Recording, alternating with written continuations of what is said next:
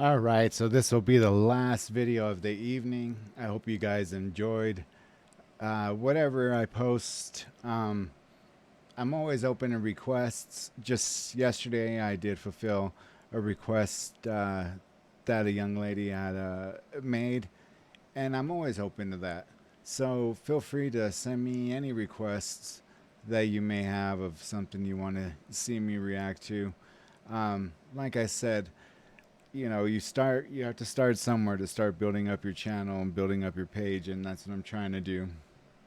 So, if you do like the content and all, you know, feel free to subscribe and hit the like button and all the other buttons.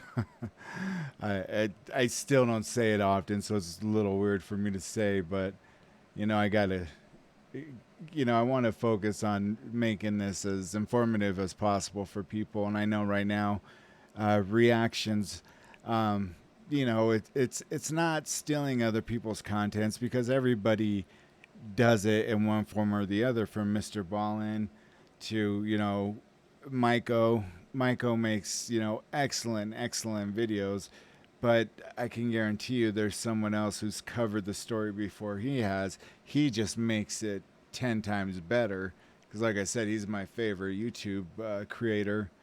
Um, so my whole plan is I uh, I found this really nice camera where I could actually go out and do the kind of things with my background in the entertainment industry and in film, from the movies that I've done, and really document um, you know things that happen behind the scenes.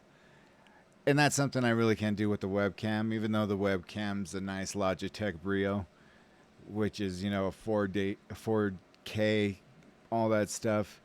Um, I really want to be able to get out there and show the people and you guys like other type of contents that you might find interesting. Anything from fishing, uh, dirt bike riding, four wheeling, um, just some fun things like that. Things that I like, I enjoy. My property up in Grand Lake that's now burnt to the ground, but it's still a huge snowmobile place. You drive your snowmobile on the lake, and that's kind of freaky. But when that the ice is like and I mean a good 6 inches, frozen solid to a foot, you're pretty, you're in good hands there. But yeah, so reaching those numbers eventually, I could continue to invest in better equipment. Like I said, this goddamn computer, when it updated, it just totally effed up all my editing.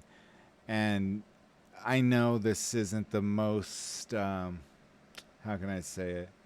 I know this probably looks like the most low budget, YouTube channel that you could subscribe to, but I'm just making do with what I have now. Um, I have made upgrades, here and there, starting with the chair, because again, I'm Hank Hill. The monitor, waiting for my buddy from the Marines who lives 20 minutes away to go with me to this store called Micro Center. Micro Center, if you're listening, I'm more than happy to accept your sponsorship. But they have everything under one roof. I mean, this store is freaking amazing when it comes to computer stuff. I mean, everything under one roof. Every graphics card, every sound card. I mean, everything you could ever want. I mean, it is that awesome. So, yeah, I can't wait to build, my own PC so it won't get so slow on, editing and getting the editing version. And I bought the Adobe um, video editor. The first one cost $51, and then it was still asking me to pay, so I took it back. I bought the $88 one, and then kind of like the same thing happened. And then finally, I see that the real one that you need to buy without payments and all that is $599 or $499, something ridiculous like that. And I'm not even that good yet to justify spending that much money on, some software like that. Of course, I could learn, and that's something that, I'm deeply interested in now. So I want to see where this could definitely go. Like I said, I didn't realize how much cameras were. They're a shitload. I'm like, wow.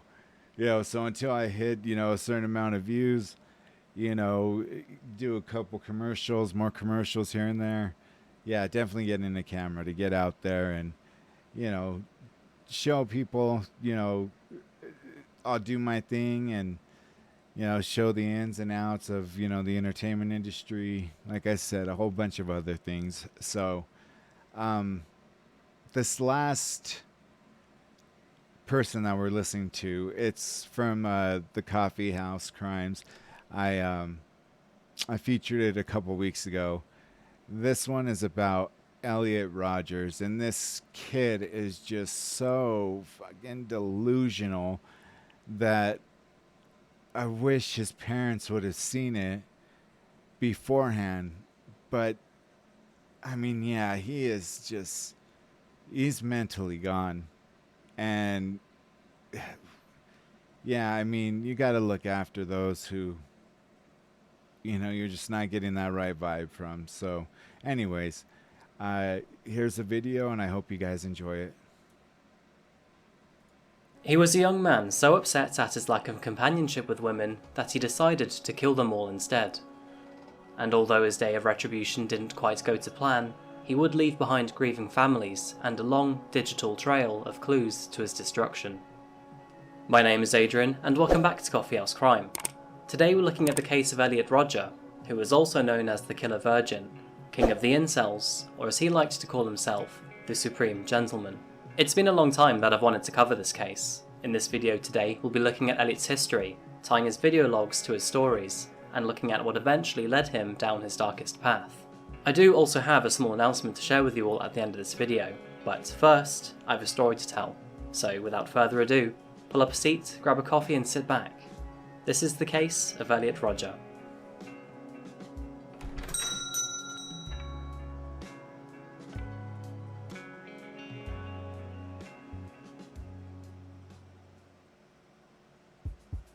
The story of Elliot Rodger first begins east of the Atlantic Ocean in London, England.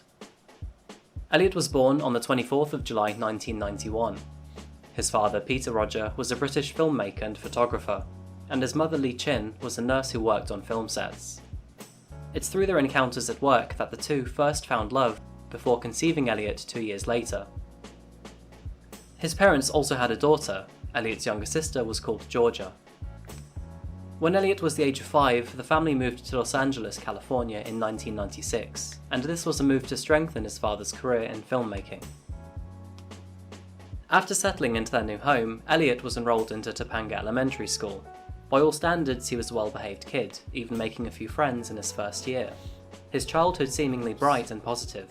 But it was just after his 7th birthday that his first struggle in life appeared.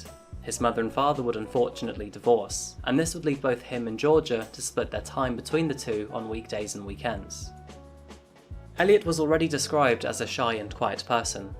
He was happy but didn't have much confidence, and he would always try to fit in with the cool kids. A sudden change in his home life though would propel his insecurities. 2 months after his 7th birthday, his father Peter would introduce Elliot to a new woman, and her name was Sumaya Akabun. She moved into Elliot's father's household shortly after, and before he knew it, Elliot realised that she was now his new stepmother. The two would argue often, and with Elliot not accepting any discipline from an outsider, this would be a recurring problem in the years to come. Elliot lived a relatively wealthy life growing up. He went on several holidays abroad, had access to general and mental health care, and pretty much got whatever he wanted. But despite the money and gadgets that Elliot owned, his friendship circle slowly dwindled into his teenage years, and he eventually found himself becoming the target of frequent bullying. He still had friends, but not many. The situation would grow more complicated at home too. At the age of 13, Elliot's father and stepmother had a son. Elliot's new stepbrother was called Jazz. In his mid-teens, he started a personal YouTube account called Elliot's Blog, which is where he often complained about his loneliness and reminisced about his childhood. Elliot Rodger here, and here I am at Serrania Park, the most significant place of my childhood. It was around this time that Elliot began his path of depression and loneliness. Unfortunately, the bullying at school didn't stop for Elliot either, even at one point the teasing resulting in Elliot having his head taped to the desk by fellow classmates. It was through negative encounters like this that caused Elliot to move from school to school quite often, and with that, he never made any friends locally. Elliot also started to see a psychiatrist at the age of 16. He was prescribed risperidone, an antipsychotic used to treat schizophrenia and bipolar disorder. He openly admitted in his blogs, though, that he refused to take this medication. After turning 18, Elliot became increasingly isolated. By now, he only had a handful of online friends. He often told his parents that he was unable to make friends in real life, and no girls ever seemed interested in talking to him. Elliot decided that he wanted to improve his life moving forward, and to do this he would try two things. The first one was to learn how to drive, thinking that this would impress women, and the second would be to try and dress better, therefore making him seem more approachable. He desperately wanted to fit into the world and make friends, so along with his new car, he changed his hairstyle and brought a bunch of new clothes. It was noted by his classmates, however, that although he did buy a new car and new clothes, he never actually tried to speak to anyone or make any friends. Instead, he would sit in his car on lunch breaks and expect others to make the first move. His evenings and weekends still continued to be spent alone at home as well. He would spend his time either playing World of Warcraft or Halo with his three friends James, Philip and Addison. And more or less, at the age of 18, Elliot recognised that he had spent most of his latter teenage years angry at the world. Upset that he didn't fit in with friendship groups, despite never trying to. And even more importantly to him, he started to become enraged that he had never slept with or even had a girlfriend for that matter. Elliot's perspective on other people had shifted to become more toxic too. He openly admitted in his journal that whenever he saw a couple together, holding hands or kissing, he would feel either intense sadness or rage. At one point, this resulted in Elliot throwing hot coffee over a couple that he saw kissing in a Starbucks car park. And while that action seemed hostile and completely out of order, it was only going to get worse. I would have got up and beat the shit out of him. In the year of 2011, Elliot was 19, and on Saturday the 4th of June, he moved to Isla Vista, a community on the coast of Santa Barbara, California. He moved there to attend Santa Barbara City College, joining a private residence with two other men. It was almost instantaneous that Elliot's bitterness and loneliness extended into his new life though. Within a week he was frustrated with his housemates, and by the end of the month, they had moved out. The situation with Elliot's next pair of housemates though was even worse, and coupled with Elliot's racism, he would argue with the two daily, almost getting into physical fights on a couple occasions. The longing for a girlfriend continued too. He would often get so angry at seeing couples that it would become a normality for him to run back to his room, sulking and crying. His life continued to worsen in 2012 too. It was this year that he dropped out of all of his classes altogether, not being able to stand the sight of others falling in love. Elliot also spiraled into the trap of gambling with lottery tickets. He believed that getting rich by winning the lottery would give him all of the female attention that he desired, and so in the first week of February 2012, he spent over $100 on lottery tickets. Not surprisingly, he didn't win. The next week though, he felt more confident, and so he spent $500 on lottery tickets. No dice, but maybe third time's the charm. Wow. Week 3, he spent $700. This too though, ended in a loss. He had nothing to show for the $1,300 he spent gambling. And even worse, he didn't accept defeat. He felt like he deserved it, that he was cheated away from his money. Elliot dipped into one of the worst bouts of depression in his life shortly after this. As spring break flared up in Isla Vista, he spent most of his time in his room, refusing to try and socialise. Angry, sad, and alone. And for the times that he did leave his house, he'd walk by himself, ranting to his video camera about his life. Hey, Elliot Rodger here. Right now I'm just taking a walk through the park in this really nice, secluded area. I'm just contemplating about my life and how unfair it's been lately. Ever since I started desiring girls, but they never desired me back. Life has been a living hell since then. Right now it's spring break. Everyone else my age is out having fun with their friends and their girlfriends. Here I am, taking lonely walks through a park. In April 2012, Elliot's long-term childhood friend James also decided that enough was enough. He found Elliot too radical, too negative, and so, with that said and done, he called the friendship off. It was at this point that Elliot now considered himself entirely alone, friendless in this cold world. Late one September night, Elliot drank an entire bottle of wine, or at least he tried to. He ended up spilling an entire glass all over his laptop, completely destroying it. This meant that the next day he had to go to Best Buy to buy himself a brand new one. While he was there, he had to wait a few hours for the store to prepare his order, and so during that time, he walked across the road to a local firing range. This would be a turning moment for Elliot.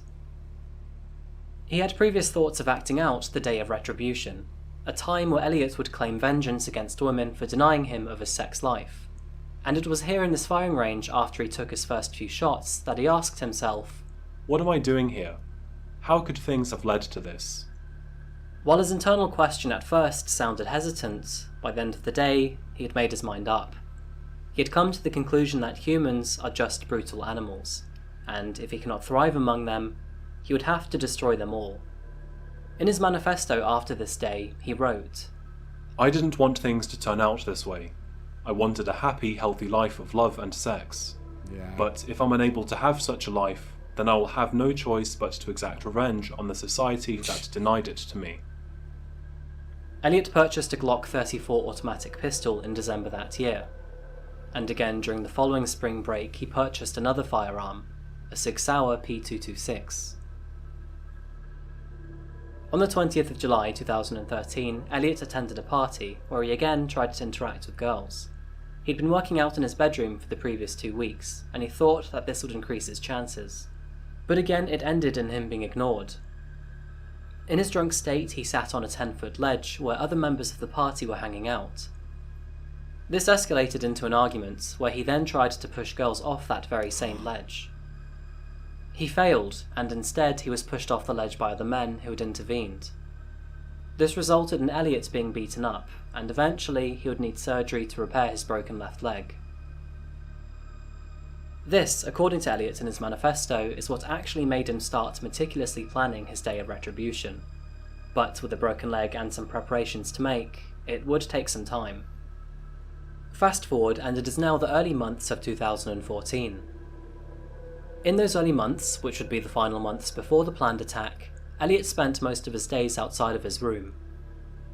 He went on hikes in the mountains of Montecito, took long strolls along the beach, wandered to the parks around Santa Barbara, and watched the sunset in many car parks as he contemplated his own existence. Hey, Elliot Rodger here. I'm just sitting in my car right now, after watching that beautiful sunset descend beyond that hill up there. Enjoying a nice vanilla latte. I've been doing a lot of thinking about how sad and unfair my life has been. Jesus Christ, All because man, grow the girls fuck up. haven't been attracted to me. I've had to rot in bleak and sad loneliness. I mean, you give a chance to all these stupid, obnoxious guys that I see you walking with. You're the biggest You don't give a obnoxious chance to dude out me. of all of them. Why not? I'm such a magnificent guy. I'm beautiful. You can't deny that. I'm civilized, intelligent, sophisticated. I have a sense of style. Oh my God. And yet you girls don't see it. It's not fair. I deserve them more. I don't understand you girls. It's like your sexual attraction is flawed. It's perverted. This world, it's so twisted. But anywhere he went, he would see couples together, and this outraged Elliot. During this time, he would record himself in and around his car. He would upload these videos to YouTube, but no one would pay attention to them. Hey, Elliot Rodger here. I'm just sitting in my car right now, enjoying the view of the beach. And my view has been ruined by this sight right here. In front of me, sitting right there on that bench, is a young couple. I was enjoying such a nice view until they came and sat down and started kissing.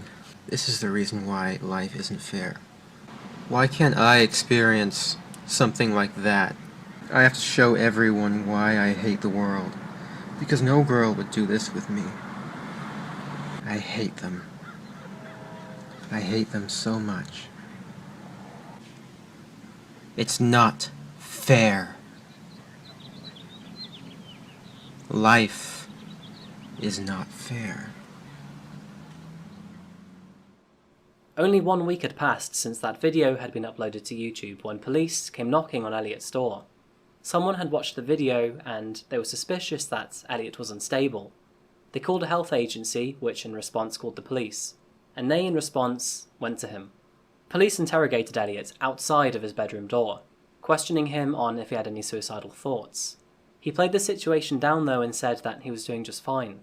It was a very close call, because if police did go into Elliot's bedroom, they not only would have found his pistols and a plethora of ammunition, but they would have also found his manifesto too. Unfortunately though, they never entered Elliot's bedroom. Elliot's radicalized thoughts were at this stage solidified, and the severity of his emotions were only getting worse.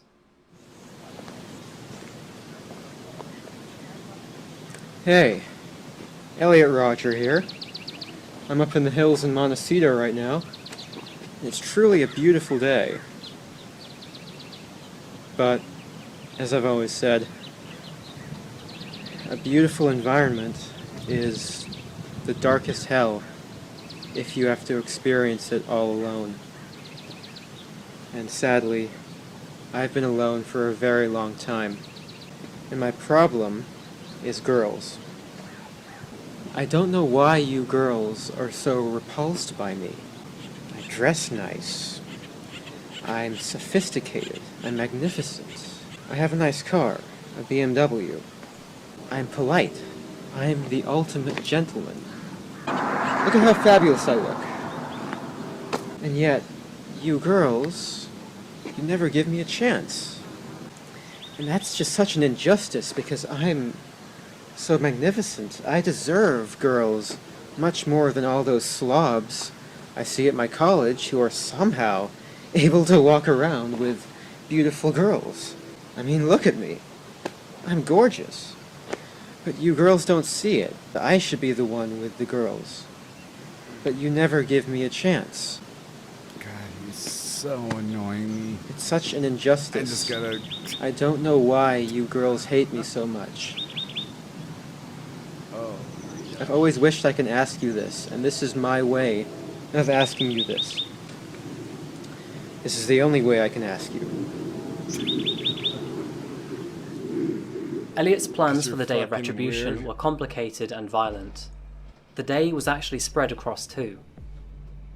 He planned to first drive to his father's house where he would kill his stepmother and his younger brother, Jazz. Wow. He was always frustrated with Samaya, and so for him it would be sweet revenge.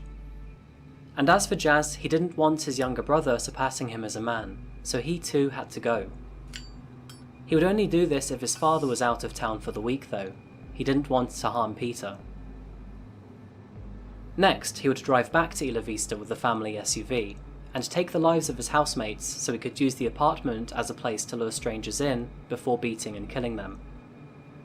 George Chen and Chang Yuan Hong were currently living with Rodger in their shared school apartment. He would then on day 2 target the Alpha Phi sorority, a sorority he deemed as the most beautiful dorm on campus, filled with hot blonde girls.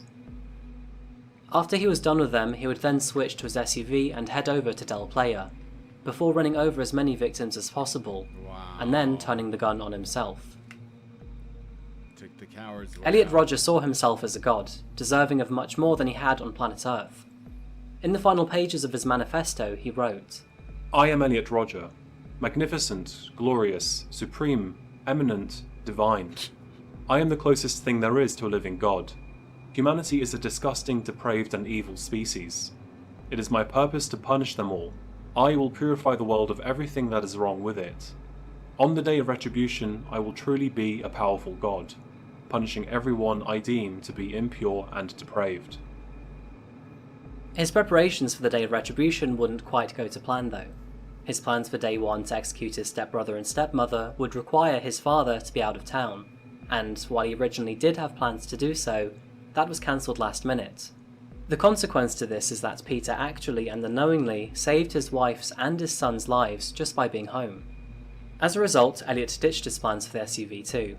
His BMW would have to do, but before he could execute the rest of his plans, he would have to make and upload one final video to YouTube. Hi, Elliot Rodger here. Well, this is my last video. It all has to come to this. Tomorrow is the day of retribution. The day in which I will have my revenge against humanity. Against all of you. I'm 22 years old, and I'm still a virgin. And it has been very torturous. It's not fair. You girls have never been attracted to me. I don't know why you girls aren't attracted to me, but I will punish you all for it. I don't know what you don't see in me. I'm the perfect guy, and yet you throw yourselves at all these obnoxious men, instead of me, the supreme gentleman. I will punish all of you for it. You will finally see that I am, in truth, the superior one. The true alpha male.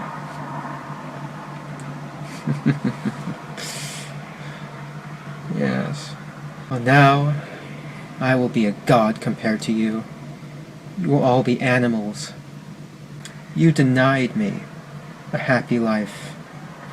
And in turn, I will deny all of you life. It's only fair. I hate all of you. I've waited a long time for this. I can't wait to give you exactly what you deserve. Utter annihilation. On the 23rd of May 2014, Elliot began his rampage. He started by stabbing his two housemates, George Chen and Cheng Yang Hong, to death. Their friend Wei Han Wang was visiting at the time, and he too was killed. The three men receiving 142 stab wounds between each other. At 9:17 PM, Elliot then uploaded his final video to YouTube, titling it Elliot Rodger's Retribution. 1 minute later, he then sent his 137-page manifesto to 34 people.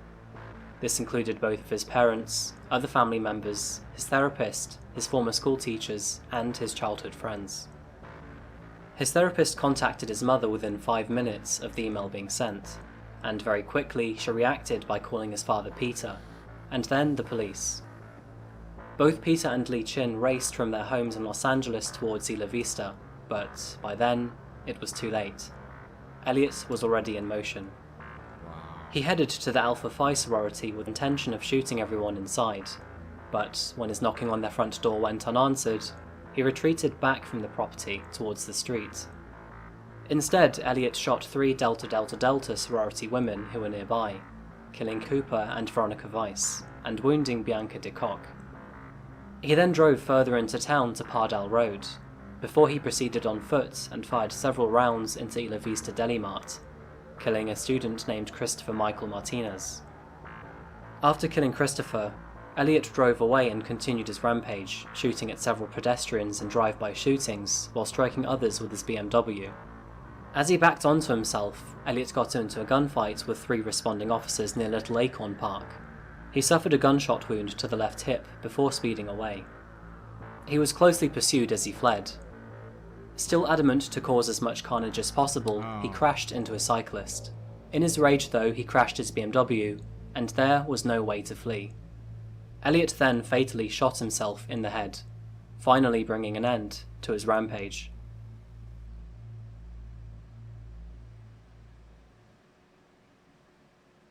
Police officers would find Elliot Rodgers dead behind his steering wheel only seconds later, and with the cyclist next to him, they would think that both, at first, were suspects. Both of them would be handcuffed, but a few minutes later, the cyclist would be cleared of any suspicion. Police would soon discover 3 bodies that night, and then another 3 the next morning. Christopher Martinez, a graduating student at UCSB, was pronounced dead in the Isla Vista deli. He was described as a really great kid that had a bright future ahead. Katie Cooper and Veronica Weiss were both killed outside Alpha Phi sorority house.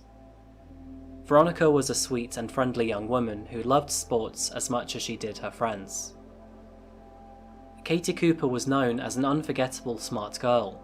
She was studying art history and archaeology. The following morning, police would find the bodies of Weihan Wang, Cheng Yuan Hong, and George Chen at 6598 Savile Road, No. 7. Weihan Wang was academically gifted in computer programming, and he was looking forward to visiting Yellowstone National Park for his 21st birthday. Cheng Yuan Hong was both smart and kind, known to be always willing to help people out. And George Chen too was sweet-natured, a volunteer at an elderly neighbours organisation when he wasn't seeing friends or tutoring other classmates. On the day after the spree, a candlelit memorial was held in honour of the victims. This was followed by a memorial service at UCSB's Harder Stadium, which held over 20,000 people in attendance. Elliot Rodgers' father Peter would then go on to state television to share with the world his anger, despair and confliction. He would then go on to admit that, sometimes, due to the pain Elliot caused, that he wished his son had never been born. Despite the widespread damnation to his actions, Elliot Rodger would soon become known as the King of the Incels, a portmanteau of involuntary celibate. Incels are an online subculture of people who define themselves as unable to find a romantic or sexual partner despite desiring one. It is there that Elliot found sympathy and forgiveness for his struggles to both romantically and socially find his place on this earth. But Elliot is better defined as a misogynist, a racist, and a narcissist. He had a strong prejudice against women, clearly spoke against Asian and black people, and described himself to be a god above the rest of mankind. But there were other factors at play here too. He was a man severely struggling with mental illness, something that he had been struggling with for a very long time. And he was also very lonely, not just seeking relationships but friendship too.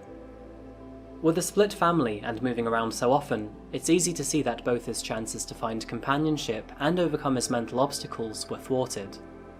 It's thought-evoking to wonder if this massacre could have been avoided entirely if he had received the correct response in his earlier years.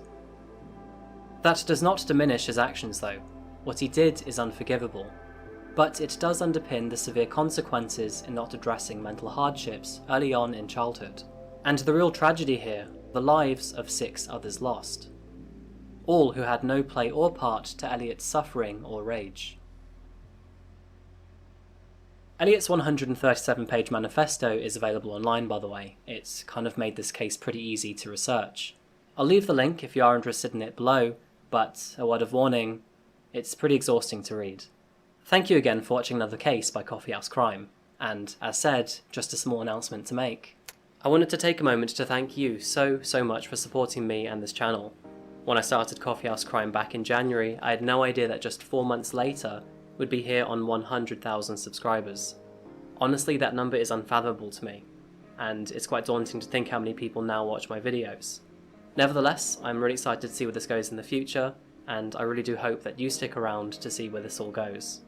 If you haven't noticed, I am trying a few new lighting techniques, so please bear with me while I try and figure this all out. Yes, this is a new shirt to celebrate, and no, it's not plaid, but I did buy another one just for the occasion, so stick around in future videos to see what that one is. If you did find this video interesting, please give it a thumbs up, and if you haven't yet, please subscribe, it really does help me out. Okay, I'm leaving it there for today folks, but again, thank you. And of course I'll be waiting right here, behind this camera, for you in the next one. Until then though, take care of each other. Goodbye. Yeah, a story that just, it just shakes me to the core. Just the narcissism. Yeah, I'm at a loss for words for him. Anyways, guys, those are my videos for the night. I hope you enjoyed them. And like I said, if this is your first time, feel free to like and subscribe. And yeah, I'll be back very shortly. So I hope you guys have a wonderful Tuesday. Y'all stay safe. And yeah, until you guys see me tomorrow. Peace out.